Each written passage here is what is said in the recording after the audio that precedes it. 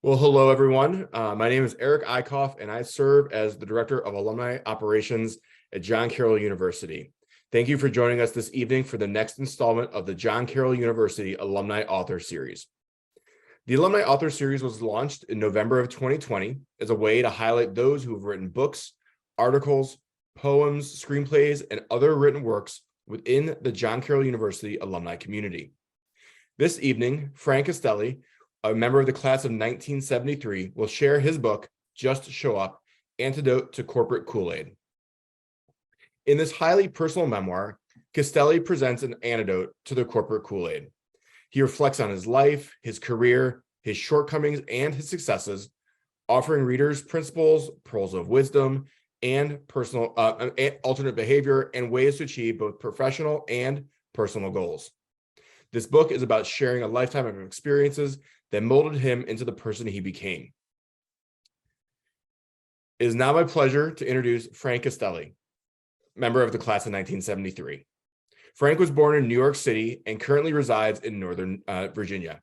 He earned his Bachelor of Science in Business Administration from John Carroll and went on to spend 46 years working in the insurance industry, where he often did public speaking about the psychology of selling and managing managers. He is married with two wonderful children. Frank, how are you doing this evening?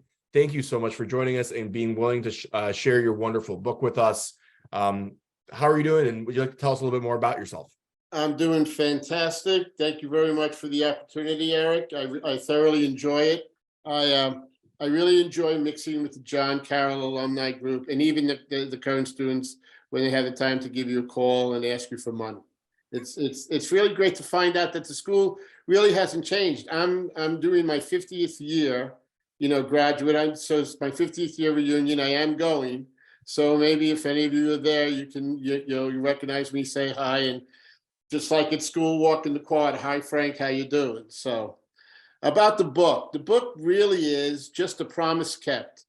In my 46 years in insurance, I was primarily in sales and sales management.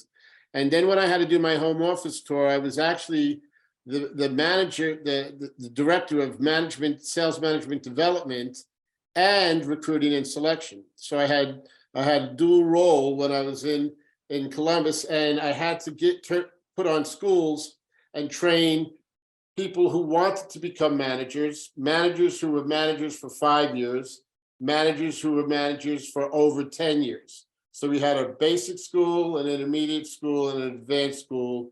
And it was my job to develop the schools and then train them.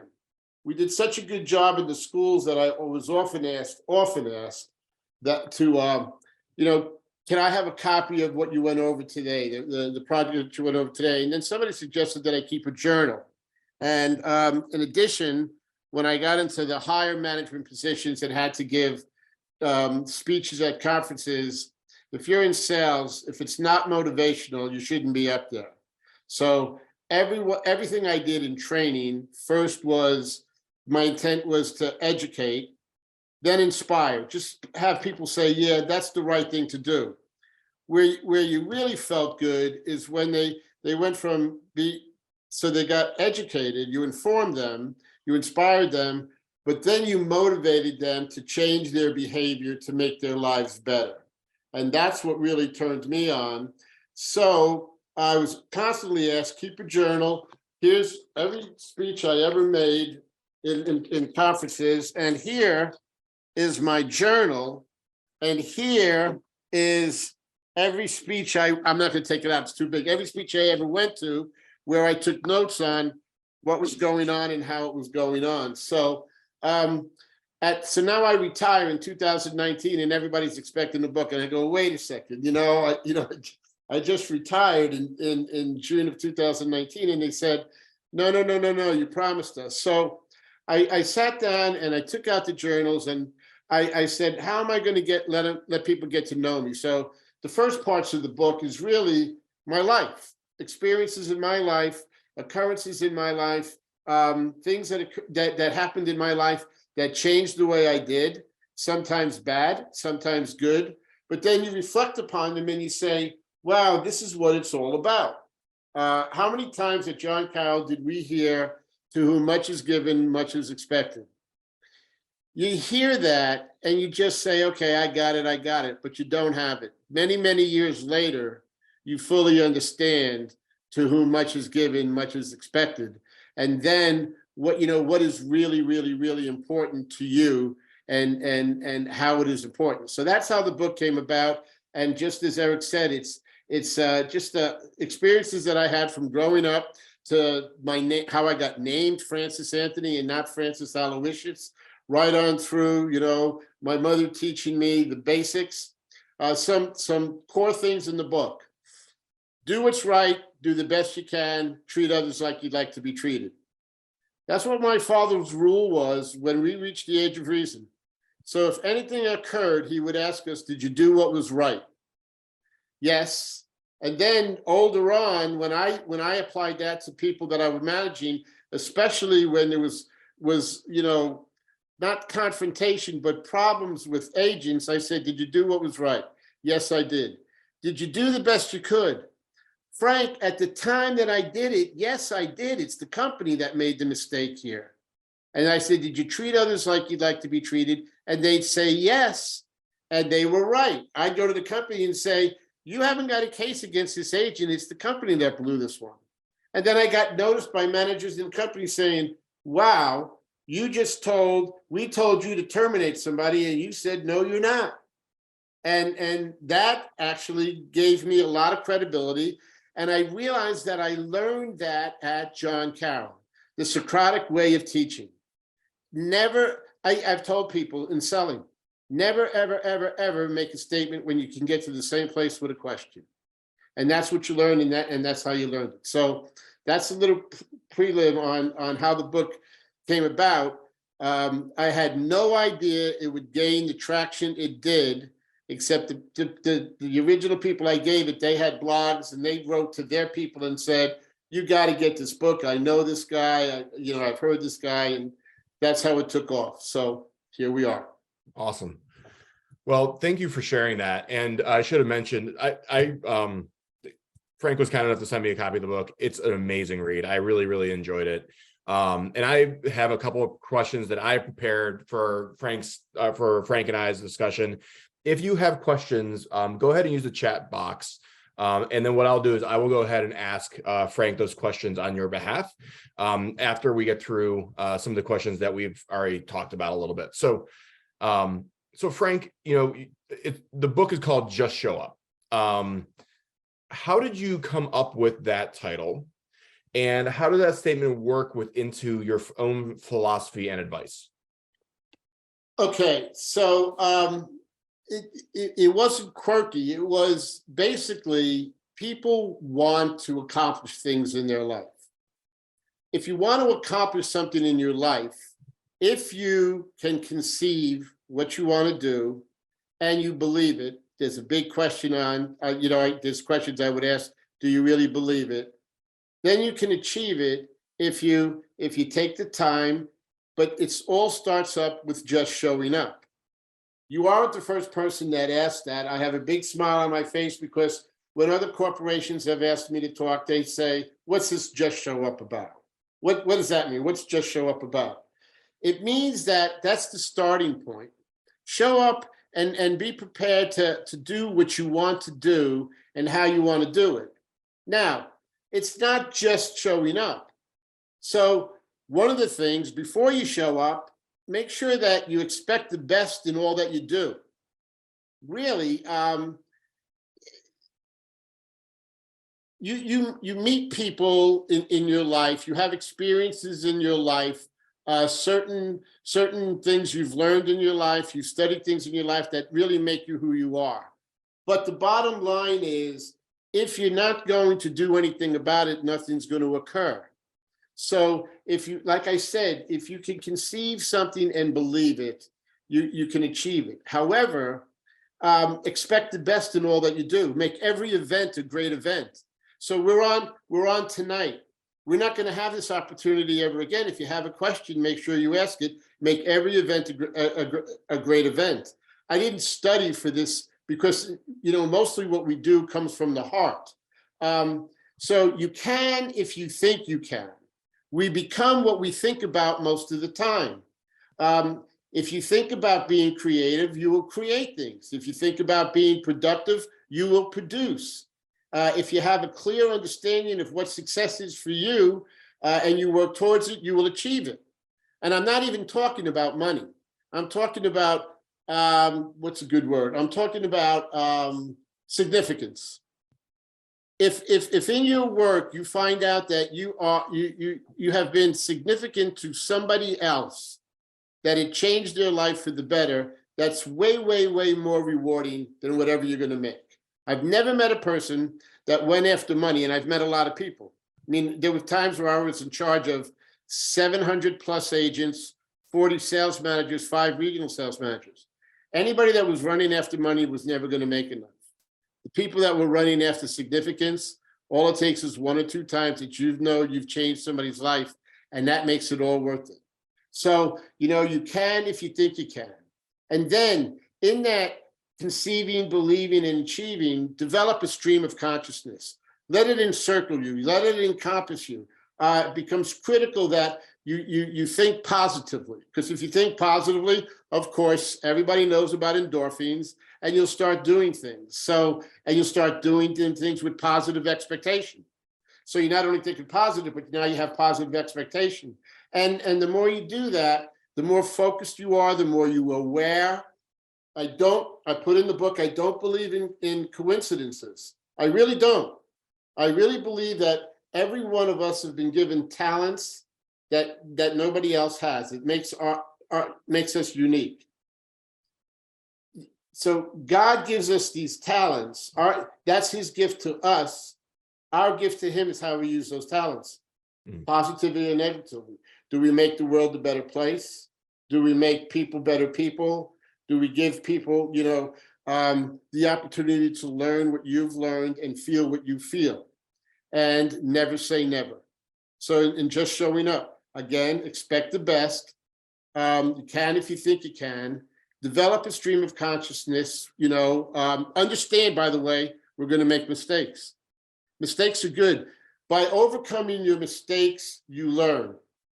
By overcoming your hurdles, you get stronger. And if people just take that positive attitude in what they do, then they become very, very successful.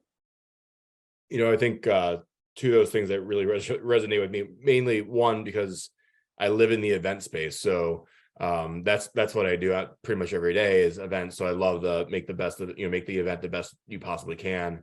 And then I really, really like that we become what we think about most of the time. Right. You can either be on the positive side of things, or if you're really down in the dumps, if you're in that negative headspace, it really takes you down. So thank you for sharing that. I appreciate it. Thank you. Next question was, you had mentioned previously that the first few chapters really speak about defining moments, who you are as an individual, how you were shaped as a leader. Would you mind sharing some of those moments? And then also, were there moments or individuals that come to mind from your time at John Carroll that really had a role in your own personal development? So absolutely. So a defining moment. A defining moment is a person, place, or thing that occurs, probably not expected, hits you square in the face real hard, and changes your life from that point on. So the one that I explained in the book, my mother went shopping. I'm the oldest of my siblings, and I was in charge of them. And my dad had an air gun in the closet, and I said, let me experiment with this air gun. We had some room, in the back of the house. So not even knowing what I'm doing, I learned about the air gun. I cocked it, and I saw this little bird in a tree, and I aimed it at it and saying, I'm not going to hit it. I hit that bird in the tree, and it fell right to the ground. And I ran over to that bird, a little yellow finch, and I saw the life of it just exhaust right out of it, and it died. I was mortified. I couldn't even deal with myself. The minute my mother came home from shopping, I had to tell her what I did. I just couldn't believe how stupid I was and what right did I have to do that. Now, I was only like 11, maybe 12 when I did that. And my mother said, you weren't supposed to do that. You're going to get punished when your dad gets home. You're probably going to miss dinner or dessert or whatever, or, lose a privilege. And she says, and you need to go to confession. The end result of that was I was on the rifle team at John Carroll for 4 years. I was the captain and I varsity lettered in it. Okay. Competitive shooting. So I was very good at aiming a rifle and hitting the target. I never killed another thing ever again in my life, and I choose not to do it. My brother, West Point graduate, great hunter. My other brother, St. Bellarmine, he's a great hunter. They love going out and hunting. I really want no part of it. That just affected me. So that's an example there. Another one I put in the book was I was going through a hard time and was feeling sorry for myself because I was going through a hard time through nothing that I did. It was because I used to work for somebody else that my new boss, his predecessor, came in and didn't like my old boss, so he naturally didn't like me. Mhm. And he was all over me, and I was feeling kind of down. Very, very, very tough time in my life, but I remember that, okay, I'm going to remain positive. I know what I want to accomplish. I know what I'm capable of doing. That's the John Carroll in you, that you know what you're capable of doing. Don't let anybody tell you you can't do it. But what happened here was I went to my 3-year-old son, tucked him in at night, and he started crying. And I said, Nick, why are you crying? And he goes, I can't be happy. And I said, why can't you be happy, Nick? And he says, because you're not happy. I can't be happy because he felt it. Not even knowing what was going on in my life, he felt it. That day, I realized my priorities are God, my family, company, country, friends, and all that, all come, down in that. It made it so easy for me to make decisions in my life, because if it was ever in conflict with my company, it with my God or my family, that it was a no-go. Another thing you learned at John Carroll. Now, let me give you a great one. I'm in my math methods of physics class with Dr. Hunter. It's the first class my junior year. I'm in it, and I have a practice that I need to get to at 3 o'clock. So I'm all ready for practice. Class is at 1 o'clock. He's putting something along the x-axis. He says, now what happens if we spin this around the axis? And I said, who gives a shit? And he said, Mr. Castelli, I'd like to see you in my room. Now, this guy I had a very, very good relationship with, and I really, really, really respected him. He helped develop sonar. There was a plaque on his wall that he actually went deaf in 1 year doing it. And so I'm sitting there with Dr. Hunter, I didn't mean it. And all Dr. Hunter said was this, Mr. Castelli, what do you see yourself doing when you leave John Carroll? I said, my first class junior year. I don't know. I don't see myself doing anything yet. So he said, do you see yourself teaching? And I said, no. He goes, neither do I. He said, do you see yourself in research? I go, no. He goes, neither do I. So he takes it upon himself to call Dr. Hoffman in the School of Business. I'm in the School of Arts and Sciences. And cut a deal with him. He writes a letter to my father, and my father says, you're going to pick up business. No, I'm not. I'm taking 15 hours and 18 hours. Nope. You're taking 24 and 26, 26 and 24, two classes that I owned during the summer, in between your jobs, and then you're going to graduate with a Bachelor of Science in Business Administration. That is a defining moment in your life. And when you think of people like Father Bucala, okay, I mean, here's a guy who spent his entire life studying existentialism. He knew that God existed. He explained it in every class, but he studied it and studied it and studied it and studied it. Another defining moment. What more do you want to learn? What is it about you that motivates you, that moves you, that gets you excited? So fraternity relationships. As a member of fraternity, the relationships at John Carroll, the fact that people were willing to share their experiences and you were willing to share your experience with them in the relationship building. You learned how to develop relationships at John Carroll. Major, major, major, developing moment for me, in my career. Well, I think that's a great segue. And I will say, in my role in all my relations, we're all about relationships, and they matter so much. And I've been on probably 100 different campuses, and I've rarely been on a campus where relationships matter as much as they do at John Carroll. So I'm glad to hear that you had that experience. I guess the next question would be, as we just said, relationships are so vital. How did you grow and sustain relationships throughout your career? Okay, so first of all, the hard thing is to understand relationships. Everybody thinks that they understand, what a relationship is. There's all kind of relationships, and they're not all equal.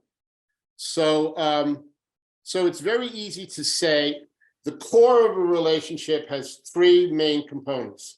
Number one, humility. If you're really going to develop a relationship with somebody, you don't start going and saying, Eric, let me tell you about me. I'm really good. I'm really this. I'm really that. And all. That's not developing a relationship. One, you got to be humble and say, you know what? I think that I'd like to learn a little bit more about you. And if you'd like to learn a little bit more about me, I'm willing or not willing. Okay. So honesty, then the courage to show up and act and start a discussion about a relationship. Remember, I was in insurance for 46 years. Insurance doesn't have size, it doesn't have smell, it doesn't have taste. You can't feel it. It's a promise to perform. And with the exception of life insurance, only 15% of the people ever ask you to perform the promise. So how are you going to sell it if you need this? The government tells you need this. The state says you need this. That's crazy. You need to ask them, what do you need? What would you like?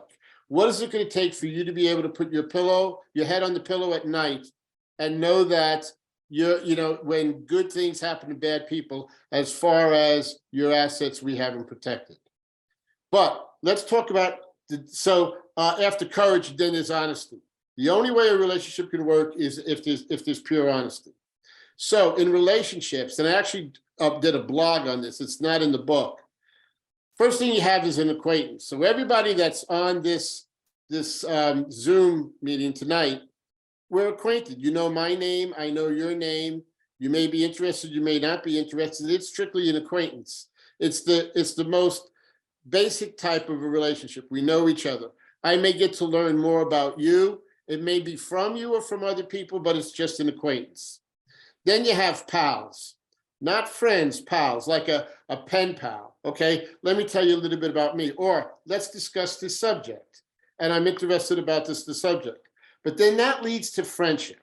Friendship occurs when you'd like to get to know more about somebody else, and not necessarily they don't want to get more to you, but you're willing from humility, courage, and honesty to tell them about you, and you become friends. The deeper the relationship becomes, the more you get to know each other, the stronger the friendship relationship is. Now, after that, you have classmates, teammates, and workmates. Those are not necessarily friends. They're all people that are trying to, achieve a common goal. In class, get through the class, maybe put in study groups. On a team, everybody has their responsibilities. Doesn't mean that they're your friends. It means that they trust you and have confidence in you that you're going to do what you're supposed to do out on the field. So let's talk about that. The strongest of relationships, one, long-term relationships of trust and confidence.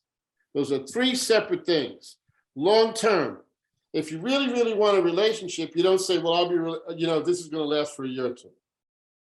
No, it doesn't. And many of my relationships with the people at John Carroll that are more than friends, they've lasted a long time.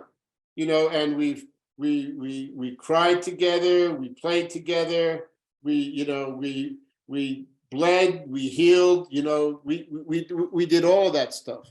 So that the deeper that gets, the more strength there is to the relationship. But understand, and a workmate, you're trying to get things done, correctly at work, not necessarily friends. The next three relationships go way, way, way deeper because they involve matters of the heart. Okay, so a spousal relationship. Now, I want to really get to know you, and I want you to get to know me. I'm willing to give 115% without any expectation in return. But the spousal relationship strengthens when the spouse says, I want to give 115% without any expectation in return. As long as there's that humility, that courage, and that honesty, that relationship, it then becomes matters of the heart and is more important. The next one is parent-child. Mm-hmm. It's the same thing. And a lot of people forget that, I remember my daughter, I don't want to embarrass her, but I was in my 50s and she's at the table and she says, I wish you'd be more like so-and-so. They're their children's friend. I said, Rosie, the last thing you need is a 50-year-old friend. I'm your parent and I'm always going to be your parent. I'm looking out for you. I'm going to help you. And I'm going to nurture you and I'm going to give you what you need. But we're going to do it the right way. And I'm not going to be your friend. The last one not only involves matters of the heart, it involves matters of the soul, and that's a spiritual relationship. And that is so individual that you really don't discuss it a lot. My relationship with God, I'm never going to give it justice. If I'm standing in front of God, totally humble, with the courage to talk to him every day, and be honest with him and say, I need your help. I submit, what do you want me to do? What is it that you want me to do? The key to this book is, if you're lucky enough to find the journey that God had meant for you, you'll never have a bad day in your life. You won't have easy days, but you'll never have a bad day because you're on the right path. It's when we separate ourselves in that spiritual relationship that we put a cloud over our head, a dark cloud overhead, that we have to learn how to let the sunlight in. We have to understand that we're going to make mistakes. But then you have to understand, in those mistakes, is it bad character or is it bad behavior? Mm. I've learned luckily through a lot of learning and working with people, I can change bad behavior. I can't change bad character, and I don't even try. So that's what I say about relationships, and it's more in the blog, but it's in the book on how to develop those and how to, again, never ever make a statement when you can get to the same place with a question. What do you do? How do you do what you want to do? Thank you for that, Frank. And since we're talking about people and relationships, one of the core concepts within the book is the difference between ennobling, right, and empowering people. Can you tell us a little bit more about the difference between ENNOBLING and empowering people? Sure. Well, let's start with empowering. Empowering is simply giving permission and authority to do their job.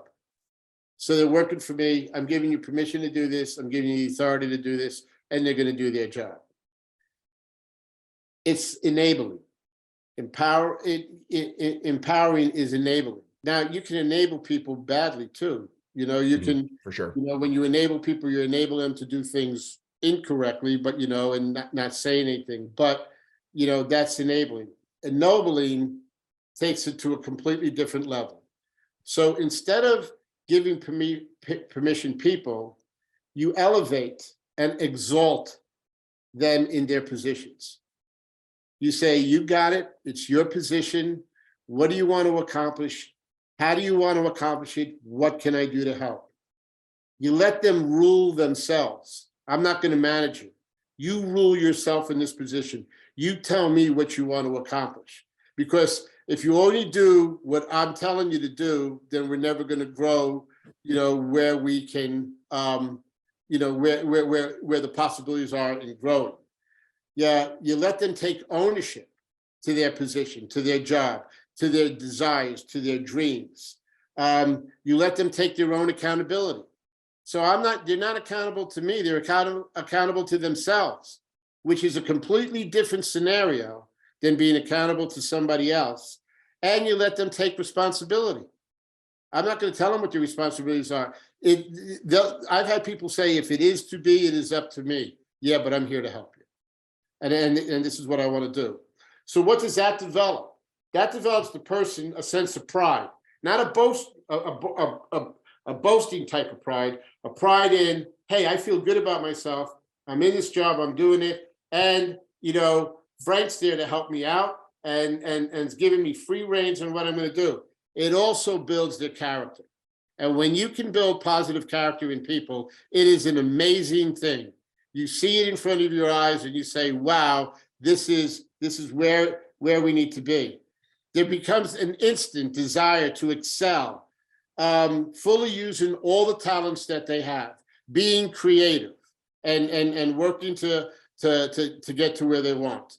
So empowering, permission, ennobling, exalting, elevating, and lifting them. Thank you for that, Frank. In 2 chapters, you speak about individual uniqueness and how it relates to what we do best. I think you said towards the beginning of the book, you start with that concept, and then towards the end, you revisit it. Right. Can you share a little bit more about how you view those 2 concepts and how they may be intertwined with each other? Sure. So in the relationship building aspect, a lot of people say, I want somebody just like me, when in fact they want just the opposite, and they don't even realize it. So there's no 2 DNAs that are the same. We're like snowflakes. We're different. We're a complex piece of jigsaw. And in every picture in our lives, whether it be business, personal, entertainment, whatever it is, we draw our own picture and we feel where our piece fits in that picture in this complex pieces of jigsaw. To do that, it's important that you recognize people's talents. It's more important that they recognize their own talents. But I use the example of a skinny kid coming up and saying, I want to be a pitcher, and we're laughing at him because there's no way. Yet he decided, no, this is what I got. He didn't have a fastball. He couldn't throw the ball faster than 83 miles an hour. But he had a curveball, a slider, a screwball, and a knuckleball. And he went this far. He ultimately became a golf pro. And the minute I graduated John Carroll, we had such a good relationship. I said, I want to learn golf. And he told me, I'm going to teach you golf, but I know it's going to be a baseball swing. He says you have great eye-hand coordination. I'm not going to teach you the pro swing. I'm going to teach you your swing, your one true swing. He needed to know my talents, my eye-hand coordination, what I do, how I do best. I needed to know his talents. I've only spoken to you for a couple of minutes, but you're expressive, you're outgoing, you're pragmatic, okay? If I had a choice of saying, are you dominant or submissive, I'd say you were dominant. If I had to say, are you warm or hostile, I'd say you're warm. So you're dominant and warm. I know how to address that. The hardest one for me to address is somebody who is hostile and submissive. That's the person that says nothing to you. I'm an expressive. They say nothing, except in the back of their mind, they say, I wish you would die right now. But once you recognize people's talents and then work with those talents and enhance those talents. So when you see that they're special in this way, which makes them different, God gave them this talent, then you build on their strengths, manage their areas of improvement, or let them manage their areas of improvement. You build on their strengths. That makes complete sense. I love the baseball reference to golf swings. There's a few golfers on the call right now that resonates with, for sure. Yeah, I mean, I think it's so interesting that how you help people elevate their own talents.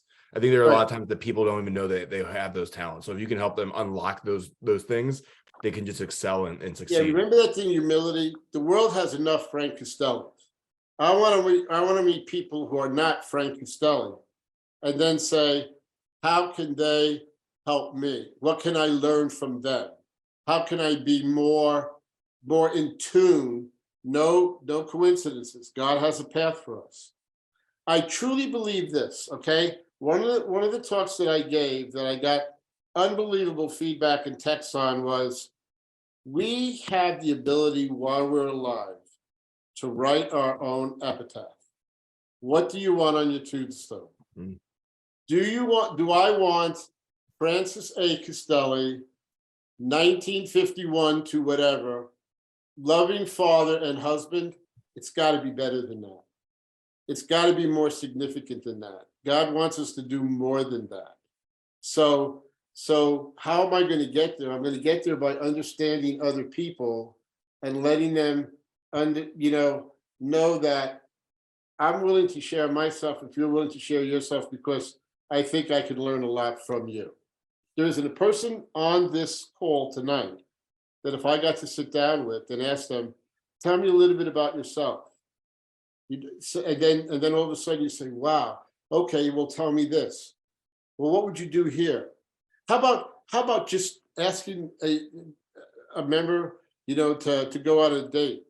How many times have I seen the guy say, I want to let you know I have 10 varsity letters and I did this and I have all A's. Who gives a damn? What I say is, I know enough about me. I want to know about you. What makes you tick? What's most important about you? What gets you excited? And always ask questions, always ask questions. My wife said, I felt like I was on an interview for a job when we went out on our first date. And I'll tell you a quick story. I mean, I was 35 when I was doing my home office tour nationwide, and I kept getting promoted. And I really knew I wanted to settle down and have children. I asked my wife, I saw her out on a softball field. I was asked to help pick the corporate challenge team. And she went running after a fly ball. And I told Jim Cairo, I said, she can't play softball. She's got great legs. And Cairo said to me, shut up. She's one of the untouchables. I said, what does that mean? I asked my wife this. Now, this is not going to be good. Most people don't like this, but you're John Carroll people, you'll understand it. Here was the first 5 questions I asked my wife. How do you feel about permanent relationships? Can I ask you a couple of questions? Yes. How do you feel about permanent relationships? Do you ever want to have children? If you want to have children, do you have any problem with them being Catholic? Do you feel that you need to live in Columbus for the rest of your life? Because I knew that wasn't going to happen with me. And do you feel you need to work to be fulfilled in life? Those were the answers that I wanted her to tell the truth and tell the answers. She looked at me, she goes, wow, you're as big an asshole as everybody says you are. And I said, that may be, but why don't you answer the questions? She said, I believe in permanent relationships, but I haven't found anybody who even understands that. I do want to have children. As long as their spirituality, I have no problem. She's a converted Catholic. And our kids, all Catholic education. And then she said, no, I'm not attached to Columbus. And no, hell no, I don't need to work to feel fulfilled in life. And I said, good, you want to go to the Ohio State Michigan game? Like, you got tickets. I said, I have tickets. You want to go next week? 2 years later, we got married. To the day. So stuff like that, when you do things like that, it's funny, it's exciting.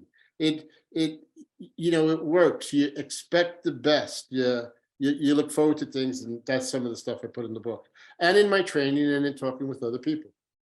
Awesome. Well, thanks for that story. That's a great story of how I don't know how great it is. You might get a lot of notes saying you're crazy for bringing him on tonight. Well, I appreciate you sharing it nonetheless. I have one last question I ask every one of our authors, and I think I've done, 20 of these programs. And if you have any other questions, please feel free to use the chat, give you a little time to think about them. So every author has their own unique writing story. There are some people who said, I never thought I'd write a book. There are people who say, I've always wanted to write a book. It sounded like you promised to write a book. What was your writing story? What's your writing story? What were there things that surprised you about writing it, or did it come easy? Like, remember, I was as a physics major in business. I had one class Mr. Butala, creative writing, and I just used to have fun with it. If you asked me if I was going to ever write a book, I would have laughed at you. No way, no way. But then as I spoke to people and I learned about, being significant and helping them out and all of that, I promised I'd keep a journal. I didn't promise I'd write a book. Okay. I'll tell you this, at least from my point of view, everything you learn about diagramming sentences and everything you learn about punctuation goes a long way in getting your book done. But you better be passionate about what you're writing about, because there's so you go to it and you say, let me devote an hour to it, and it turns into 4 hours because you're passionate. If you're not passionate about, and I will say this, books aren't written, they're rewritten. You write it, you review it, you rewrite it, you review it. And if you have, I had no idea that a publisher would even be interested, and they were, and they gave me the reasons why, and that's it. So no, I never thought I'd write a book. I'm constantly asked, am I going to write a second one? I constantly tell them no. But then again, they say, come on, we want a second one to this book. Awesome. Well, thank you for sharing that. Thank you. So one last question before I get to a couple of comments on the chat. For those who are interested in getting your book, where can they find it? Just call Amazon, Francis A. Castelli, just show up. The red book shows up. You showed it in the beginning. They can order it. I think the hard copy is $22 and the soft copy is $10. Wasn't Awesome. looking to make money. I was looking to keep a promise. Awesome. Well, so getting to, we have one question in the chat and a comment. I'll start with a comment. John Kramer, class of 85, had to leave, but he cannot wait to read the book.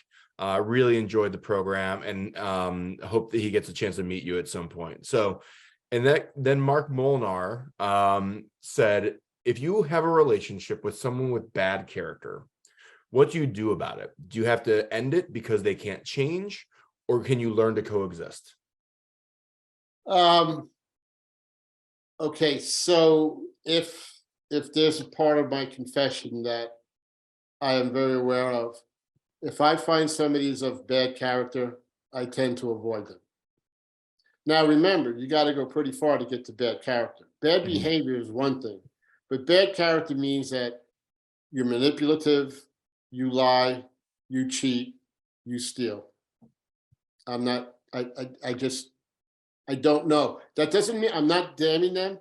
I'm not judging them. I'm the last person to judge somebody. But as far as me developing a relationship with that person, I don't know where to start. And that is a failing of mine. I'm sure priests go into prisons, other people go into prisons and really talk to people down and hard. But is it really bad character, or was it bad upbringing? Was it really bad behavior? But if it's character, if they're the type of, and I was at a retreat where I heard it. If you cannot understand that Charles Manson, has every much a right and possibility of getting to heaven as you do, you don't understand the infinite mercy and forgiveness of God. I believe that. It's just that I don't know that I'm strong enough to do that. Character is important to me. I mean, I think that makes sense, and I'm glad you distinguish between the two, between bad behavior and bad character, because they're right. Sometimes it's very easy. It's not a mistake. It's still bad behavior, but I want to know the character of the person. What motivated them? Fair enough. Malone says, great. Who taught you that sweet baseball swing of yours? My mother. Awesome. She did, and he knows it. He's a fraternity brother. And tell him I'm going to smack him when I see him, at the 50th reunion. And then I guess the last question last comment from Rocky. Frank, excellent presentation. Haven't read the book yet. Hope to see you at the 73 reunion this upcoming June. And he will. I'll be Awesome. there. Well, Frank, thank you so much for joining us this evening. Thank you all for joining us. I really appreciate you taking time to share your book, share your philosophy, your life story. I really enjoyed our conversation, and I hope everyone else did as well. Good. Thank you. Thank you very much. Yep. So before we conclude, I have a couple other opportunities and things for you to engage with the university. First, I invite you to save the date for John Carroll University's Founders Day on April 19th and our Day of Giving on April 20th. These 2 days help JCU honor our history and inspire its future. The university will host a variety of events around campus throughout the nation and online for members of our community to engage through. Additional information will be shared in the very near future. And finally, for those who graduated in the years of 3s and 8s, this seems to be a running theme, we invite you back to John Carroll for our alumni reunion on June 9th and 10th, 2023. We're working on information coming out in the near future. Registration will open on or before March 15th. And if you can find more information about all of our programs at jcu.edu/alumni. Additionally, we invite you to view recordings of our previous programs on our John Carroll University Alumni Association YouTube channel. You can watch other alumni author series, our alumni continuing education series, our alumni spotlight, and our alumni God and All Things series as well. You can search our extensive library at by searching John Carroll University Alumni on YouTube. And then finally, please consider a charitable gift to John Carroll in support of our students, our faculty, and our entire campus community. If you've already made a gift this year, thank you for your generosity. It is incredibly appreciated. If you have not, please join me in supporting John Carroll so that we continue to deliver an outstanding education for our current and future Blue Streaks in the Jesuit tradition. You can make a donation by visiting jcu.edu/give. Thank you again for joining us this evening. Take care, be well, stay safe, and onward on John Carroll.